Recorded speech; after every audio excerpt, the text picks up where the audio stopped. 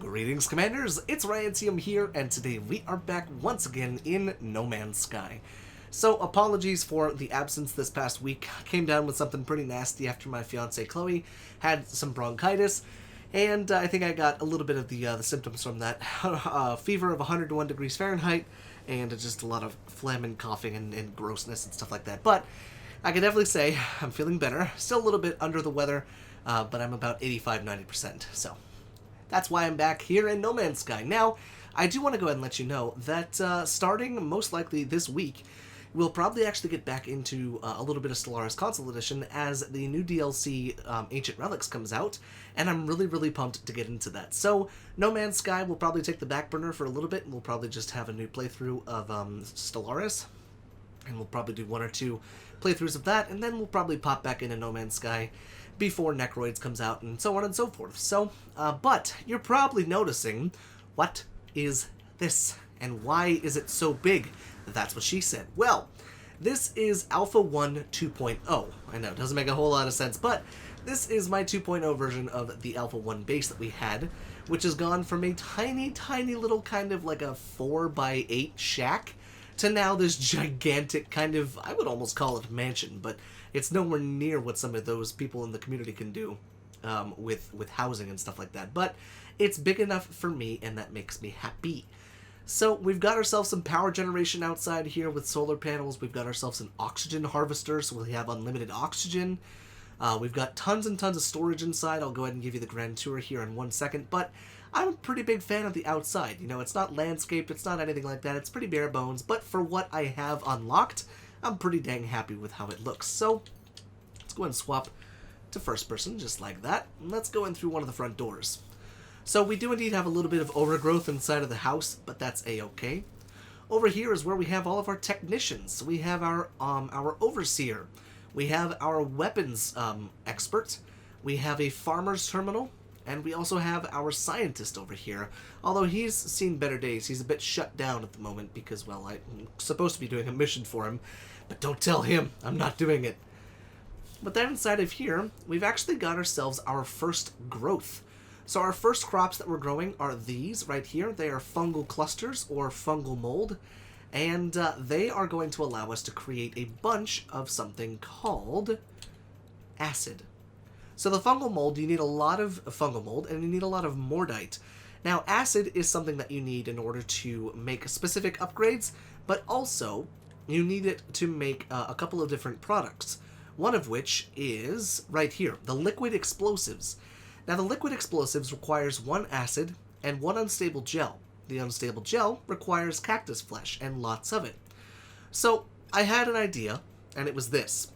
Fungal mold can grow on any planet that is toxic. Cactus flesh can grow on any planet that is hot. So what I want to do throughout these next few episodes before we get... Oh yeah, this is the storage room. Before we get back into Stellaris Console Edition, I want to go ahead and try and set up bases across the multiple areas, the multiple biomes, in order to plant the actual things that we need. So we have the 2 things that we need right here. The only one that we're missing is mordite. So we're going to need lots of pyrite and lots of cactus flesh. And we're going to need lots of ammonia and lots of fungal mold in order to set up a mega farm on a toxic and hot world. Thankfully, we actually already have a ton of fungal mold. It's just the ammonia that we need to get. Now the ammonia, you can get it through, like, scanning and stuff like that, but I've yet to find anywhere where I can buy large amounts of it. Like, I was able to buy a large amount of phosphorus at one point, but at the same time, I don't really know where I could buy that stuff from. So those are the 2 things that I want to try and do a little bit more of today. But before we do that, we do need to go ahead and recharge that bad boy. But this is now acting as our main base. We've got lots and lots of power stored up there in our batteries. Our base computer is over here nice and snuggled up inside of here. We have ourselves the exocraft over there. And outside here we've got our power generation, as well as our oxygen harvester. And it looks like it just needs some energy, so we'll just go ahead and chuck 100 carbon in there. And that will make, I want to say, 250 oxygen. I don't know how long it takes, but it does pretty well, honestly. So once we have a couple of those going, it's going to be pretty nice. We'll never run out of oxygen, which, to be fair, we're really not going to run out of oxygen because I keep buying all of it. But That's just because I'm a bit of a frantic person when it comes to needing things and wanting things. Okay, so let's go and hop into our spaceship, into our little Adama over here. Let's go and hop into that bad boy. And preferably, we should probably try and stay in the same system when it comes to our farms. Now, the only reason I say that is because then we can only have to have like one teleporter, and then, you know, maybe teleport between those two things, which would be kind of nice. Although maybe we are going to end up having to have multiple teleporters. I don't know. Maybe if we can find one in this system, that'll be better, because we do have kind of a small farm on our system with our settlement. But let's take a look. Can I please scan what's... Okay, so that's a hot planet. That's great.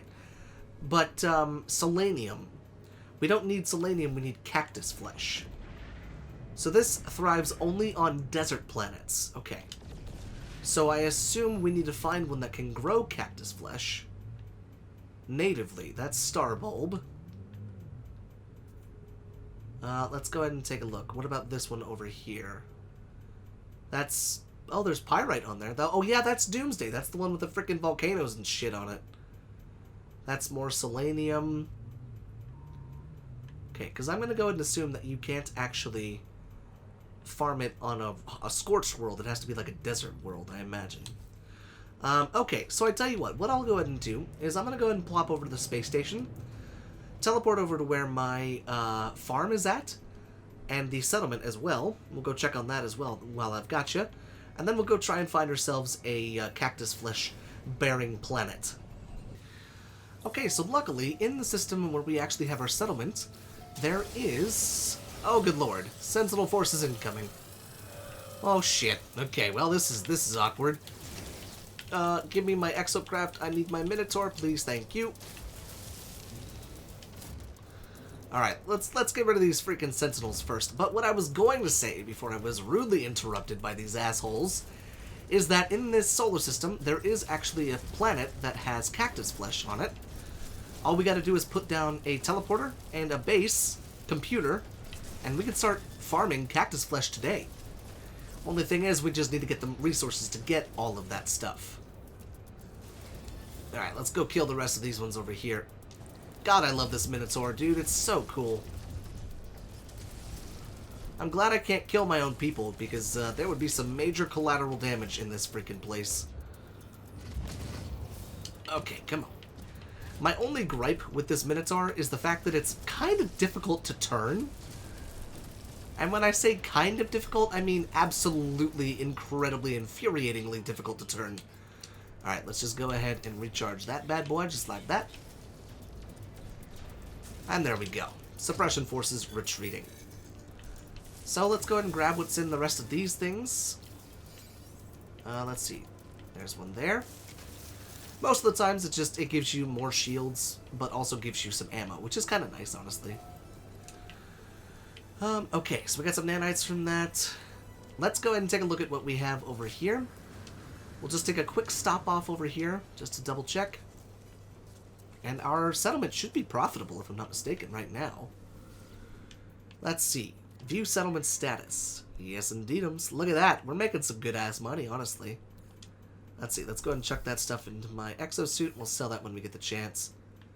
Nice, dude. Yeah, we're making a decent bid, honestly. I can definitely dig that. View citizen request. We don't want anything going out at the moment, so no. No more settlement debt, please. Even though we could pay for it. I don't want any settlement debt right now.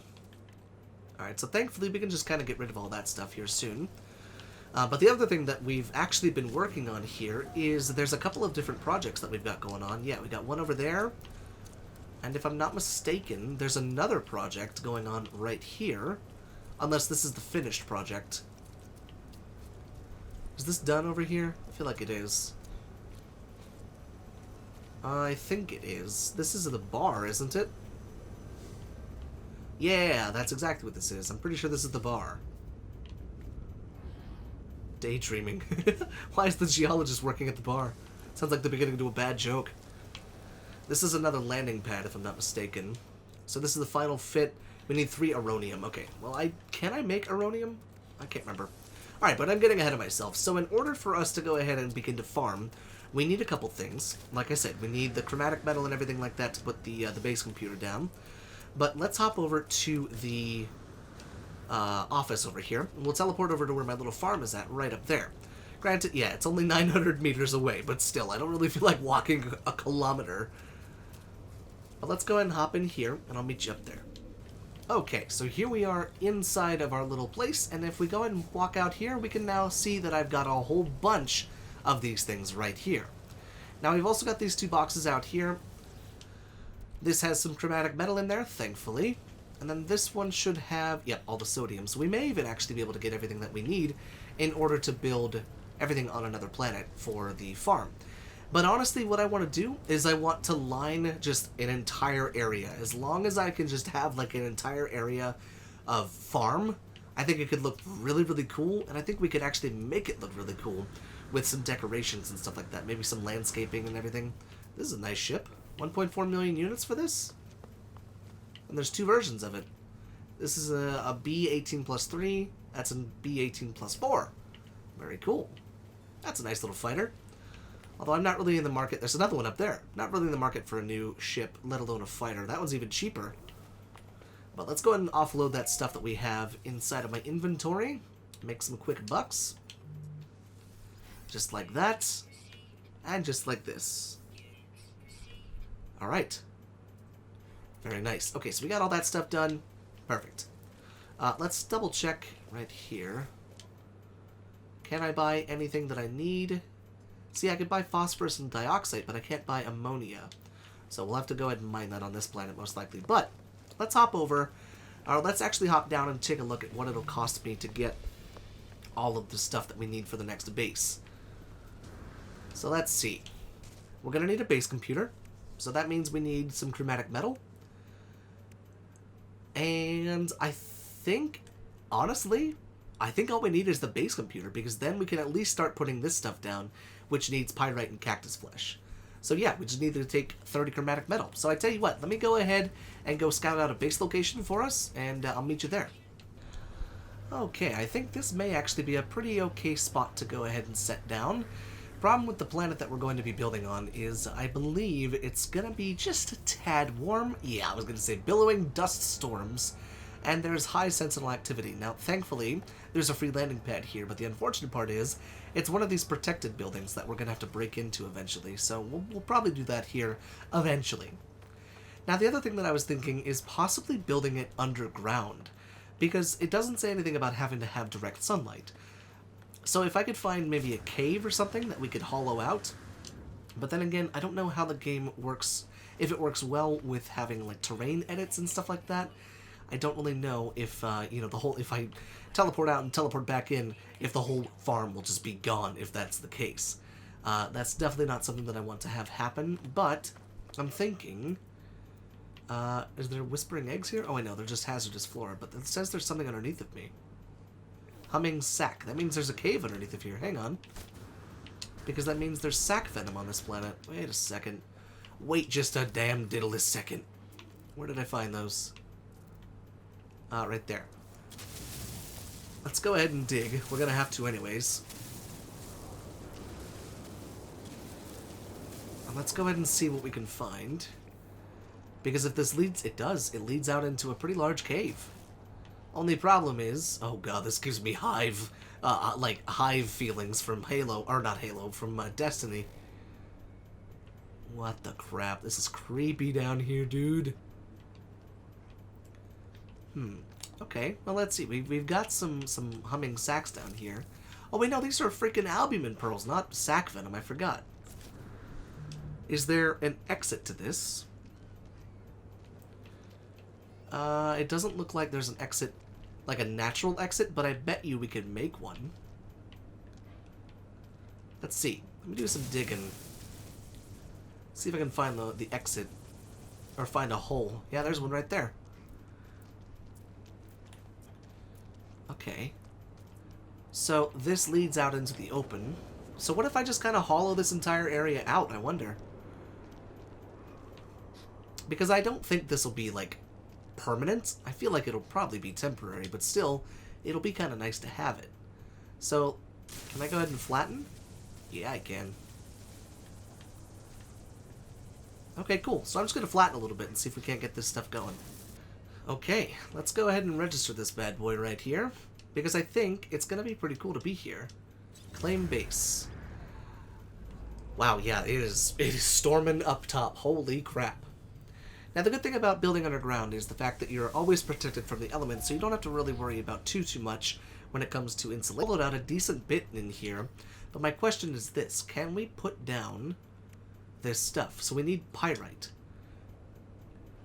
But if I wanted to build it, could I do it? Apparently it takes 16 hours. Suitable for hydroponic, indoor planting, ensure barren climate before planting outdoors. Okay. So if I get some pyrite, which I imagine would actually be on this planet, yeah, there, 314 units that way. We have another one, 382. Is there anyone that's closer? Let's see, that's 676. And that's activated copper. Thankfully, we actually have activated copper on this planet too, so that's kind of cool. But what I can do here is, let's see, where did that Pyrite one go? 916, 716, there it is, okay. So, what I can actually do over here is I can fly back and forth and bring over some of the stuff that I need in order to build a portal, as well as power generation, as well as my exosuit, the Minotaur, or the Minotaur. That way I can actually mine inside of the Minotaur and not have to worry, because the Minotaur is equipped with a terrain manipulator as well, so that would make mining pyrite very, very easy. But see, the good thing about this planet is at nighttime it becomes super cold, so we have both of the extremes on this lovely planet. But okay, let's go over here and grab some pyrite. And let's see how much we get. So we don't really get a whole lot. But I have seen pyrite for sale at some markets before, so maybe we could take a stop off and just kind of top off on pyrite. Because I imagine we're going to be needing a lot of this stuff. Now, the good thing about the crops in this game is you don't actually, like, harvest where the crop is growing. You just harvest the crop that grew. So you don't have to worry about replanting them. They replant them themselves, which is really nice. So it's an infinite source of materials. But okay. I suppose I can't really farm out here, could I? Oh, I can. How the hell far away from base am I? I'm like 300 meters away from base and I can still build over here? Holy crap. Alright, but let's go ahead and pop on over to the sunken base.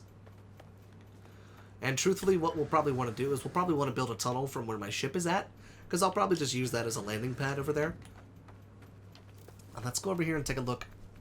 And we'll see if we can get this stuff growing underground. Because if not, then I can just destroy that base and find another spot. But if it can work, that's going to make living on this planet just a little bit easier. Just a little bit. So, let's see if we can find the entrance that I dug. I believe this is the hole right here. I'm going to have to put a light or something next to it. And, yes, indeed we can.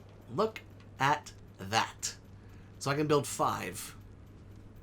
1, and 2, and 3, and 4, and 5. And so the cactus flesh farm begins. Hello, little guy. What you doing down here? Cool. So, I do believe that that's where I'm going to go and end off today's episode right here, because that's kind of what I wanted to do. I wanted to find at least one spot where I could go ahead and put the farm down, and now we should be good to go. So, until next time, thank you so much for watching, and this has been Commander Ryan1UM, signing off.